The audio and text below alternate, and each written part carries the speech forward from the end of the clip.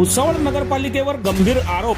प्रभाग क्रमांक 14 मधील गटारींची साफसफाई न झाल्याने पावसाचे पाणी रस्त्यावर आणि घरांमध्ये शिरत असल्याचा आरोप करत माजी नगरसेवक मुकेश गुंजाळ यांनी नगराध्यक्ष, मुख्य अधिकारी आणि आरोग्य अधिकाऱ्यांविरोधात संताप व्यक्त केला आहे.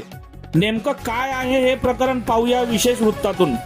भुसावळ शहरातील प्रभाग क्रमांक 14 अंतर्गत गडकरी नगर, सरस्वती नगर, प्रल्हाद नगर, गांधीनगर, भवानी नगर, शिवदत्त नगर, लक्ष्मी नगर, रामदासवाडी, गुंजाळ कॉलनी, गोपाळ नगर, बजरंग कॉलनी आणि फालक नगर परिसरातील गटारींची साफसफाई होत नसल्याची तक्रार करण्यात आली आहे.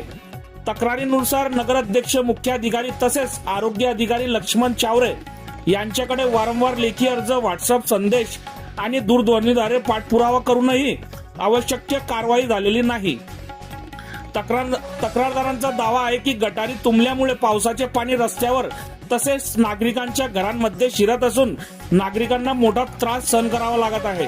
तसेच नगरपालिकेच्या या नियोजनावरही प्रश्नचिन्ह उपस्थित करण्यात आले आहे.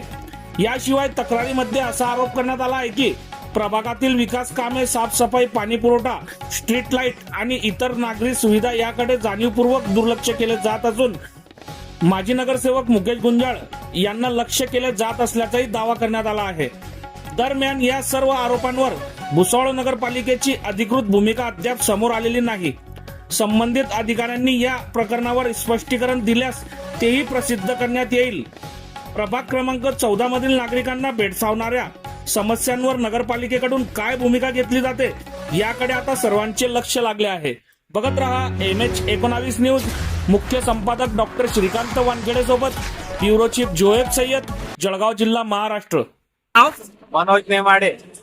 काय झालेलं इथे? हे इकडे काल संध्याकाळपासून एवढा पाऊस चालू आहे. आजपर्यंत इकडे नाली सफायाचे माणसंच नाही आहे. 3-4 महिन्यापासून हेच परिस्थिती आहे. त्याच्यामुळे आता एवढा पाऊस चालू आहे तर पूर्ण पाणी साचून गेलेलं आहे इकडे.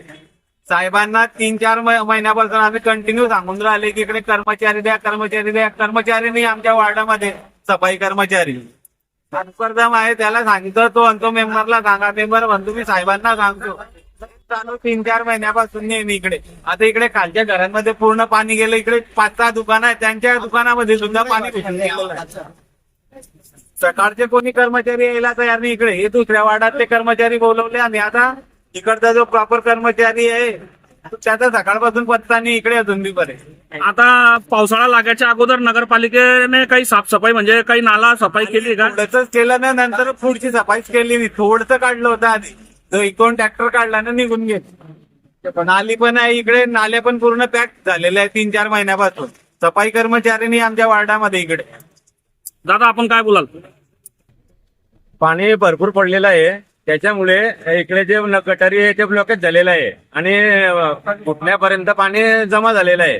आणि मला फोन आलेला होता सुमित बराटेंचा, तेव्हा त्यांना सांगितलं मी असं तर त्यांनी लगेच नगराध्यक्षांना यांना लाईन वरती घेतलं. त्यांनी लगेच 15-20 मिनिटात माणसं पाठवले. त्यांनी त्यांचं काम आता सफाईचं चालू केलेलं आहे. आता बघू काय होतं.